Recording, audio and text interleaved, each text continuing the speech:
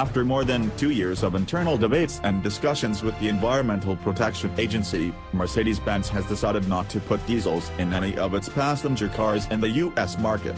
The brand's only diesel offerings will be Sprinter vans.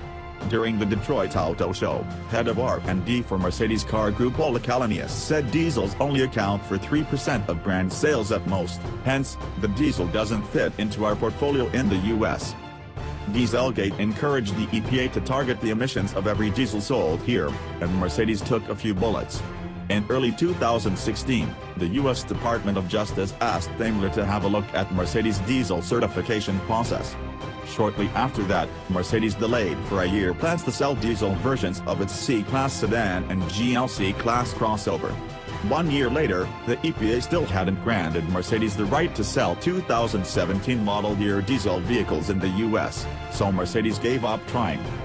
In the wake of EPA investigations into Fiat Chrysler's diesel emissions, Mercedes said last year that the EPA had taken such a hard line on diesels that functionalities that are common in diesel vehicles were being labeled as undisclosed auxiliary emission control devices and potentially impermissible. Mercedes has decided that the effort to comply requires too much investment for just 2 or 3% of sales here, especially now that EVs are getting major attention inside the company and in the marketplace. Despite U.S. and worldwide diesel sales facing big challenges, UBS Group predicts worldwide diesel market share will decline to 4% of passenger cars by 2025, from 13.5% at the end of 2016. Some U.S. entrants remain in the game.